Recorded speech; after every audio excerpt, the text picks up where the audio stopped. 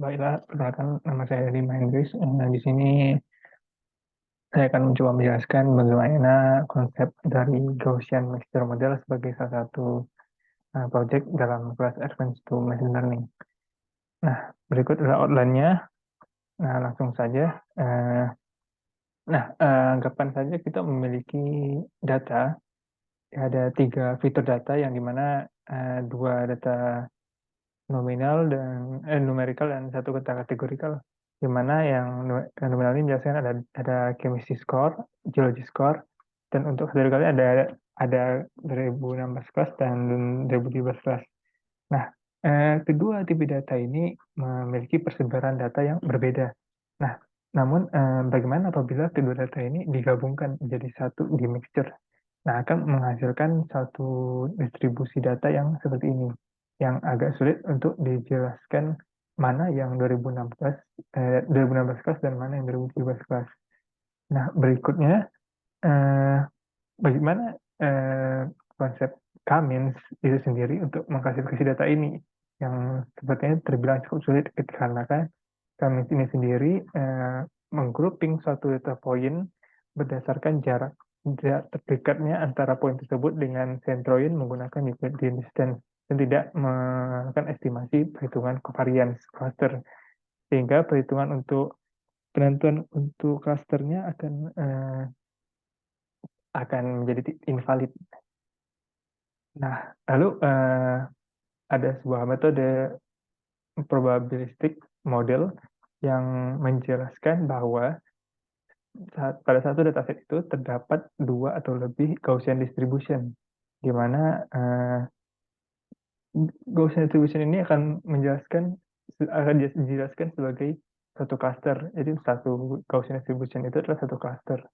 Sehingga pada data yang menumpuk ini, ketika bisa menjadi 2 Gaussian distribution, akan menghasilkan 2 cluster yang memiliki parameter dari baik itu mean, covariance-nya sendiri, di mana model Gaussian mixture ini sendiri mengasumsikan bahwa pada satu dataset itu memiliki 2 atau 3 Gaussian distribution, di mana parameter-parameter seperti mean, covariance adalah unknown, sebelum diketahui. Nah, sebenarnya bagaimana sih cara kerja Gaussian mixture algorithm terhadap data itu? Nah, Gaussian mixture algorithm itu pertama dia bekerja dengan menginisialisasi nilai weight, mean, dan covariance dari suatu data, kemudian nge-plottingnya secara random gitu.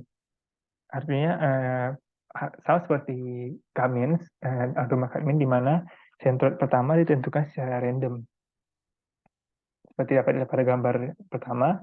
Terus selanjutnya dilakukan satu metode yang dinamakan expectation dan maximization step, di mana expectation step ini dilakukan perhitungan terhadap posterior probability atau responsibility. Nah, responsibility ini apa? Nanti akan kita jelaskan.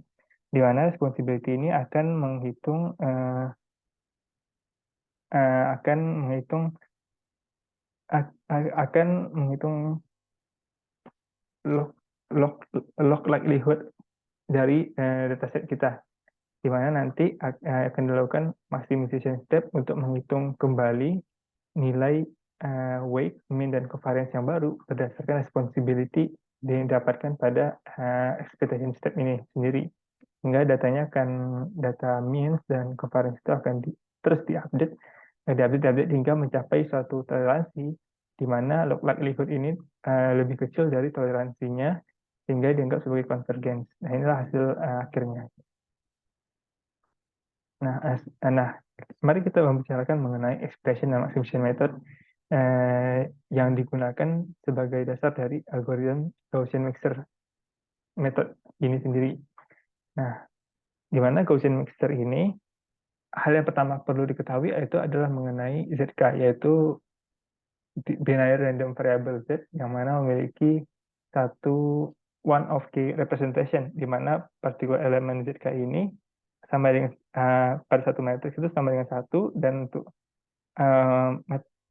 pada satu n sampel yang memiliki and feature, di mana nanti salah satu matriksnya itu memiliki nol 1 dan sisanya adalah 0. Sehingga total dari ZK pada satu row atau per n sampel itu adalah sama dengan 1 gitu. Nah, value ZK ini sendiri adalah akan menjadi responsibilities nilai pertama inisial kita. Nah, selanjutnya perlu dipahami bahwa dalam memahami expectation and maximization step ini ada beberapa istilah probability yang perlu dipahami terlebih dahulu, yaitu seperti joint distribution, di mana probability X Z ini dapat dijelaskan terhadap marginal distribution probability of Z dan conditional probability of X given Z, di mana marginal distribution PZ ini bisa dilihat kayak anggapan dapat dianggap sebagai garis warna biru, dan kondisi probability distribution inilah ada satu garis warna merah, di mana di mana probability of X given Z, di mana anggapan itu adalah XG sama dengan 0,7. Nah, marginal distribution over Z atau probability of Z dengan sama dengan 1 adalah missing coefficient PK, di mana PK nanti akan menjadi nilai dari weight kita. Nah, selanjutnya, di mana PK ini memiliki rentang dari 0 hingga 1. Dengan mengasumsikan sama seperti nilai Z sebelumnya, ya PK, total PK itu nilai 1. Dan kemudian disebutkan conditional distribution of X given particular value of Z adalah peluang atau probability dari X given Z adalah normality adalah diberikan sebagai berikut. Kemudian untuk joint distribution yang memberikan marginal distribution of Z dan conditional probability atau conditional distribution X given Z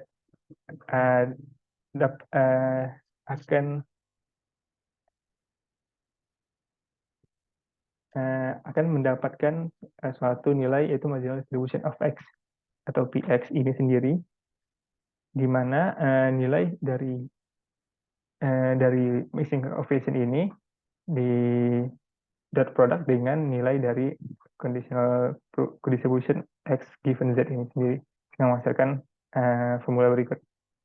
Nah, selanjutnya ada hal parameter lain yang memiliki part yang paling penting pada Gaussian matrix sendiri, yaitu conditional probability of Z given by X atau posterior probability yang lebih dikenal sebagai responsibility, di mana responsibility ini dapat dicari menggunakan Bayes theorem, di mana PZ given X sama dengan PZ dot product dengan PX given Z, dan P dibagi dengan marginal distribution X atau PX, di mana PX ini adalah disebutkan pada hasil sebelumnya, sehingga didapatkan nilai sebagai berikut.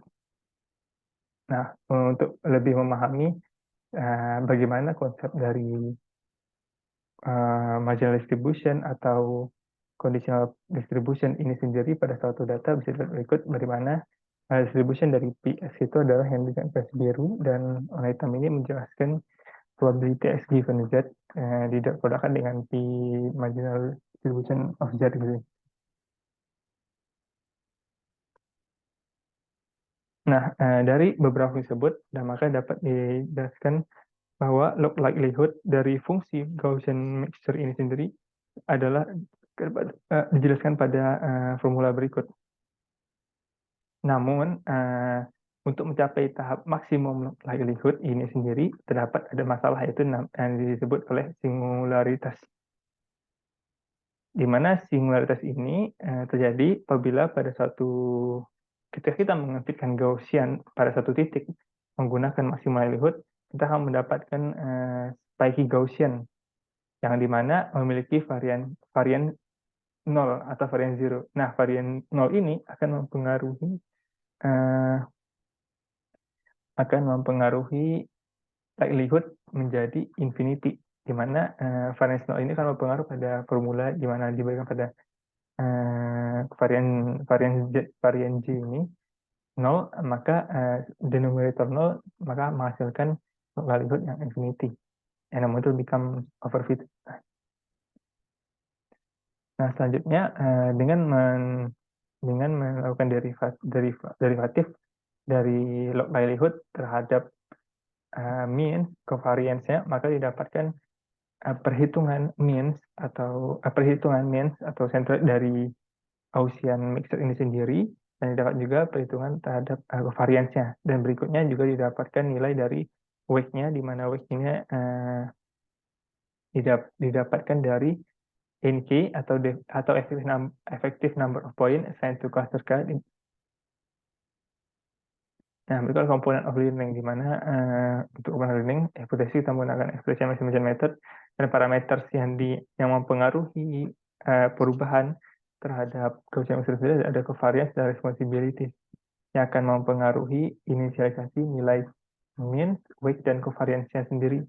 Dan berikut objektif kita adalah melakukan maximize dari weighted look likelihood-nya, di mana input data kita ada X dan outputnya akan menghasilkan centroid dan labelnya, di mana hyperparameter yang dilakukan itu ada K atau jumlah komponen atau number of centroid, itu adalah number of initialization, ada maximum iteration, toleransi, di mana toleransi ini akan mempengaruhi penentuan kita terhadap kapan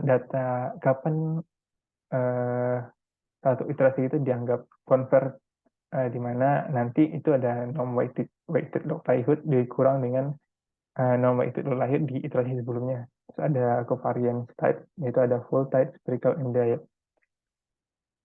Nah, berikut adalah pseudocode dari Gaussian mixture model algorithm, di mana nanti untuk ketika melakukan fitting terhadap nilai X, kita akan pernah menghitung T dari sebuah iterasi number of initialization, terus kita N dari jumlah N sampel, dan sampel adalah jumlah instance dari atau jumlah instan dari data kita. For K in range and cluster adalah jumlah tiap cluster dari total cluster yang kita tentukan. Nah, pertama kali itu kita menginisiasi nilai responsibility yang disebutkan pada sebelumnya, yaitu di mana responsibility itu untuk per sampel atau per row itu akan selalu berjumlah 1. Nah, bagaimana melakukannya nanti dijelaskan juga. Ada selanjutnya melakukan inisialisasi mean, weight, mean, dan covariance, serta precision Cholesky. Yang mana precision Cholesky ini adalah inversi covariance yang didapatkan dengan melakukan perhitungan Cholesky decomposition, di mana parameter-parameter ini didapatkan dari responsibilities sebelumnya. Kemudian melakukan perhitungan tersebut, di mana precision Cholesky ini didapatkan dari melakukan proses Cholesky decomposition terhadap lower triangulation-nya. Kemudian setelah didapatkan parameter-parameter initialization, kita melakukan suatu iterasi pada metode expectation dan maximization hingga didapatkan kondisi konversi. Bella mungkin langsung saja di bagian penjelasan bagaimana konsep argumen ini bekerja.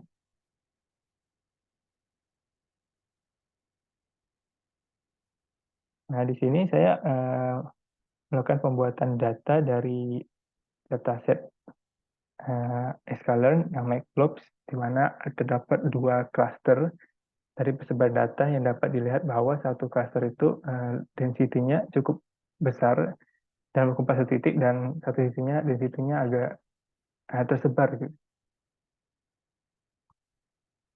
Nah, ini kita melakukan algoritma yang telah dibuat hanya untuk sebagai perhitungan sebentar dulu. Nah, bagaimana sih Kita ingin membandingkan bagaimana Gaussian mixture ini bekerja dibandingkan dengan K-means terhadap data yang telah kita generate.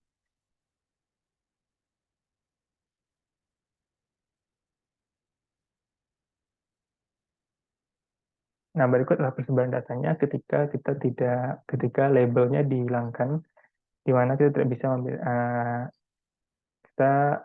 membedakan mana kelas satu, mana klaster kedua. Terus dengan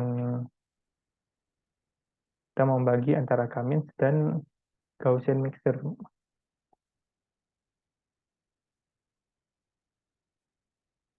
Nah, di sini dapat terlihat bahwa di K-means itu sendiri eh, pengklasteran datanya itu eh, terlihat sangat cenderung ke distance based, di mana seharusnya data cluster pertama itu fokus pada bagian sini. Namun karena ini bersifat distant, di mana centroid ditentukan di sini, maka titik-titik poin yang terdekat dengan centroid diangkat sebagai cluster pertama. Nah, sedangkan untuk di Gaussian mixture ini sendiri, data antara cluster satu dan cluster kedua itu terpisah secara baik karena algoritma yang berbeda dengan kami sendiri. Nah, sebenarnya bagaimana sih? Oke, kita langsung saja di. Nah, untuk penentuan centroid pertamanya itu, atau untuk melakukan uh, perhitungan dari responsibilities-nya, kita menggunakan algoritma K-means plus plus, di mana K-means plus plus ini menentukan centroid pertama dan keduanya itu tidak berdekatan.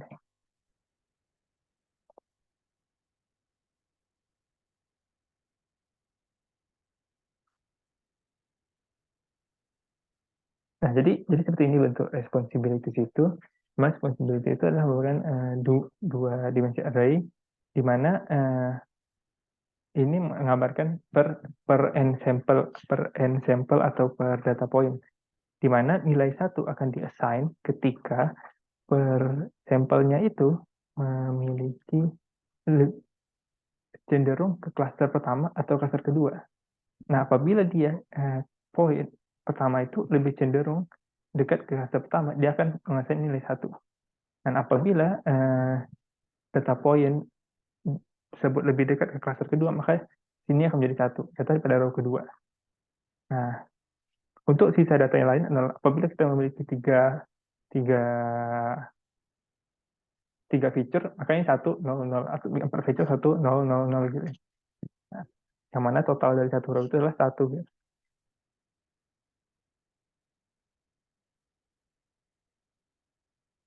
Ya, seperti ini maksudnya.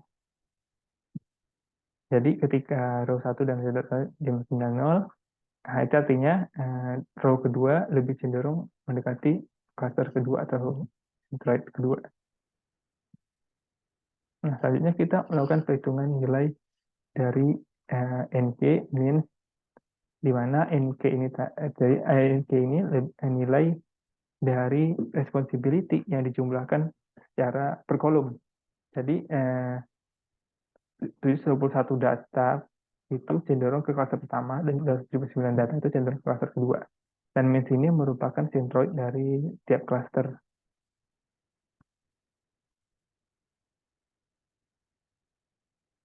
Nah, selanjutnya kita melakukan perhitungan nilai covariance, di mana covariance ini ditentukan berdasarkan responsibility yang kita buat sebelumnya. Di mana covariance ini covariance dari cluster pertama, ini covariance dari cluster kedua, di mana covariance ini menggambarkan bagaimana bentuk persebaran dari Gaussian-nya itu sendiri. Nah, seperti ini. Nah, ya, covariance menggambarkan persebaran datanya, persebaran data Gaussian-nya. Nah, kita masuk ke expectation step, di mana di expectation step ini sendiri,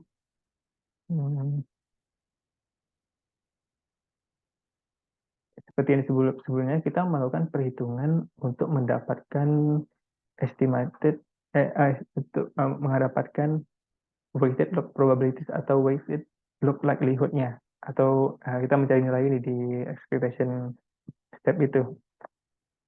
Yang mana expectation step ini akan mereturn nilai normalized log likelihood-nya dan log dari responsibilities-nya. Di mana untuk mendapatkan ini, maka dilakukan perhitungan terhadap weighted log probability atau log likelihood-nya sebelumnya. Di mana Wahid ini adalah hasil dari log weight ditambah dengan log dari log likelihood-nya. Di mana log likelihood ini didapatkan berdasarkan perhitungan dari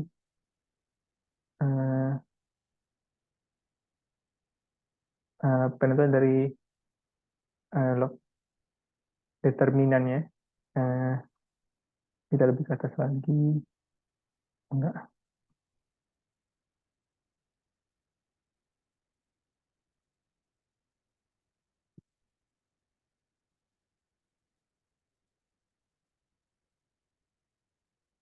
Nah, mungkin kita sebelumnya pada hyperparameter tentukan ada namanya covariance, tipe covariance yang mana ada full, diag, dan hal-hal lainnya.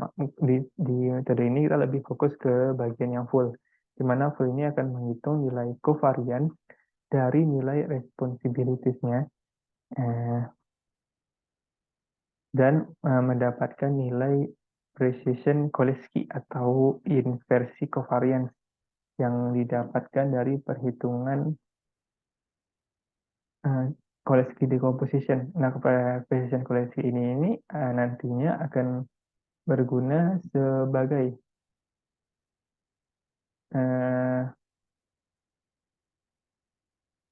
essential parameter define untuk mendefine shape dan orientation ada dari multivariate Gaussian distribution ini sendiri.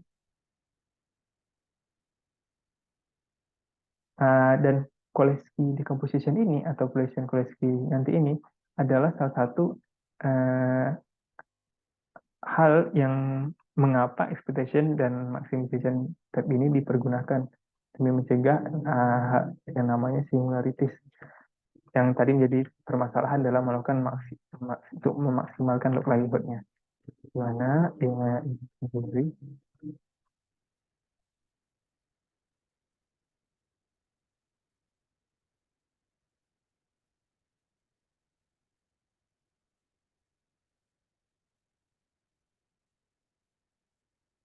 untuk baiklah lanjut kembali ke expectation step tadi, di mana kita akan melakukan perhitungan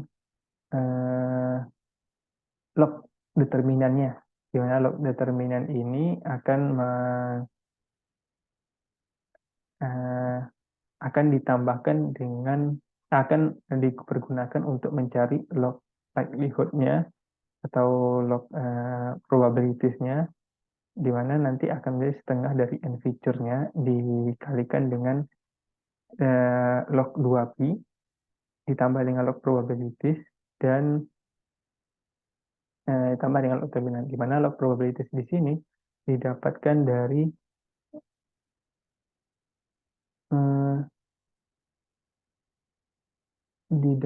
dari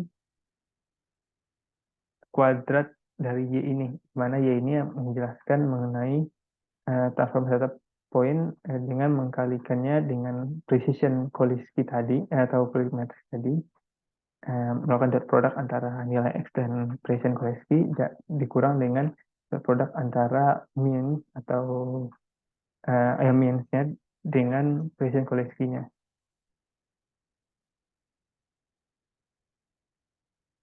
Kemudian didapatkan log likelihood-nya, kemudian ditambahkan dengan nilai log weight-nya, sehingga log weight ini akan menjadi weighted log likelihood, di mana mempresentasikan perhitungan logaritmik dari probability sebuah data terhadap cluster di Gaussian mixture model.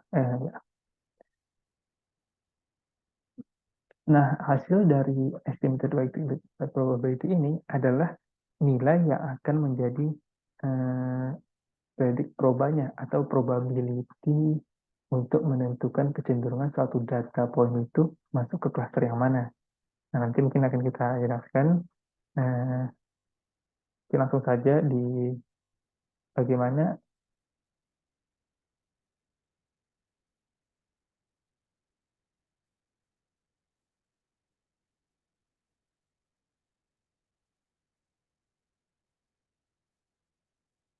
Nah, pada melakukan perhitungan expectation step ini, didapatkan log determinant sebagai berikut. Dan didapatkan log probabilities sebagai berikut. Ini dengan log weight berikut. Nah, log probabilities ditambahkan dengan log weight ini akan menghasilkan nilai sebagai berikut. Nah, dan estimated weighted log probabilities ini adalah nilai eh, nah, nilai ini adalah nilai yang akan menjadi acuan dalam penentuan satu data point itu diklasterkan ke di grup cluster yang grup mana.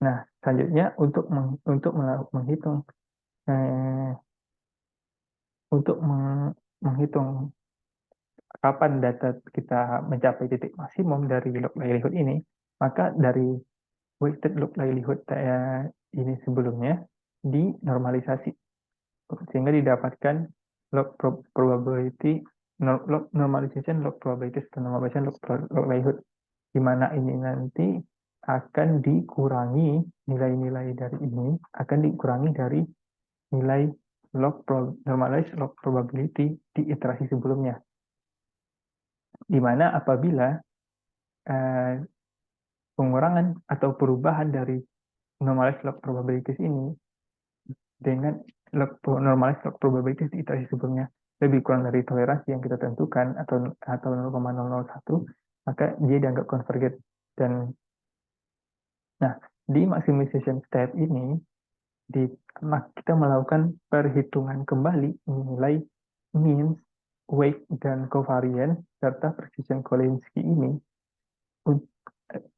dengan berdasarkan nilai block responsibility atau nilai dari sebut saja ini nilai probabilitas kita. Jadi nilai yang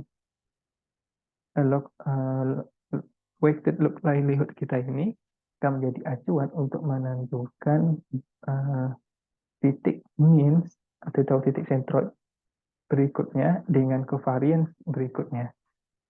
Dan data ini harus diupdate hingga titik kita mencapai converge itu yang disebutkan sebelumnya. Mana dapat dilihat di maximization step ini dapat didapatkan means terbaru berupa nilai berikut dengan covariance untuk cluster pertama, cluster kedua, update weight dan inverse covariance-nya.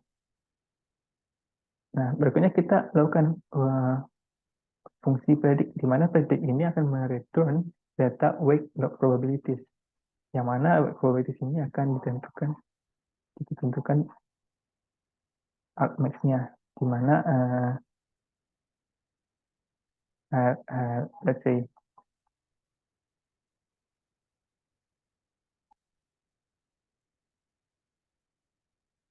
kita mendapatkan nilai ini.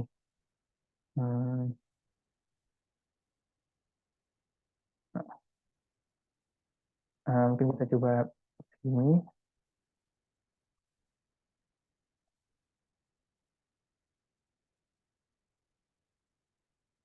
Nah, ini akan merupakan probabilities dari data-data kita. Jadi dari yang paling tinggi atau yang paling besar ini row pertama.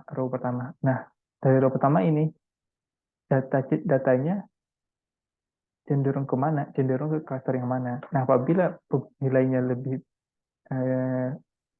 probabilitasnya lebih besar, maka ia akan jadi cluster tersebut. Contohnya di sini, data ini akan data titik pertama kita akan cenderung ke cluster pertama karena nilai probabilitasnya lebih besar. Berikut juga dengan data kedua akan mengikuti cluster kedua karena dia probabilitasnya lebih besar ke arah cluster kedua dan seterusnya.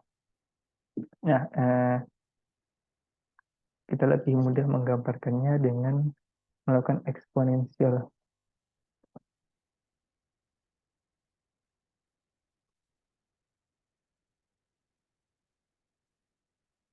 Nah, nah, nilai 2,977 ini lebih besar dibandingkan satu ini, sehingga poin pertama akan cenderung masuk klaster pertama. Nilai ini lebih besar dibandingkan nilai ini, maka poin kedua akan cenderung masuk klaster kedua. Ini juga klaster kedua, dan yang terakhir cenderung masuk ke klaster pertama. Berarti harusnya nilainya satu, satu, satu, satu. Nah, mari kita coba buktikan saja. Hmm,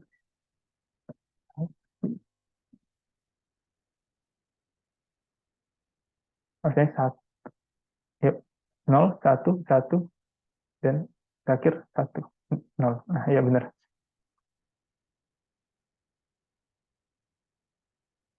Kita coba saja.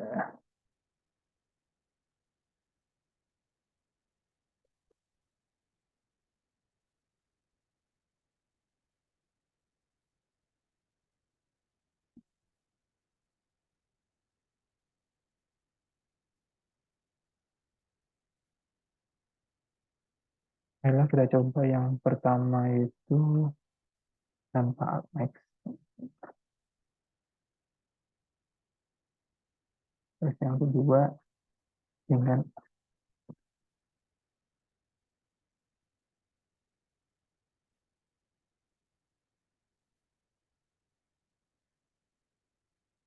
nah, nah ini misalnya bisa dilihat jelang berapa ini pun nggak terhubung. Jadi yang pertama ini cenderung masuk ke klaster pertama, sehingga akhirnya nilainya menjadi 0. Ini menghasilkan bahwa poin pertama masuk ke klaster pertama. Terus yang kedua dia masuk ke klaster kedua. Klaster kedua itu cenderung satu, satu, dan ini harusnya 0, 1, 0, 0, 1, 0, 0, 1, 0. Nah, mungkin begitu bagaimana Gaussian mixture model ini bekerja hingga menghasilkan visualisasi sebagai berikut. Nah, mungkin saja sebelumnya terima kasih.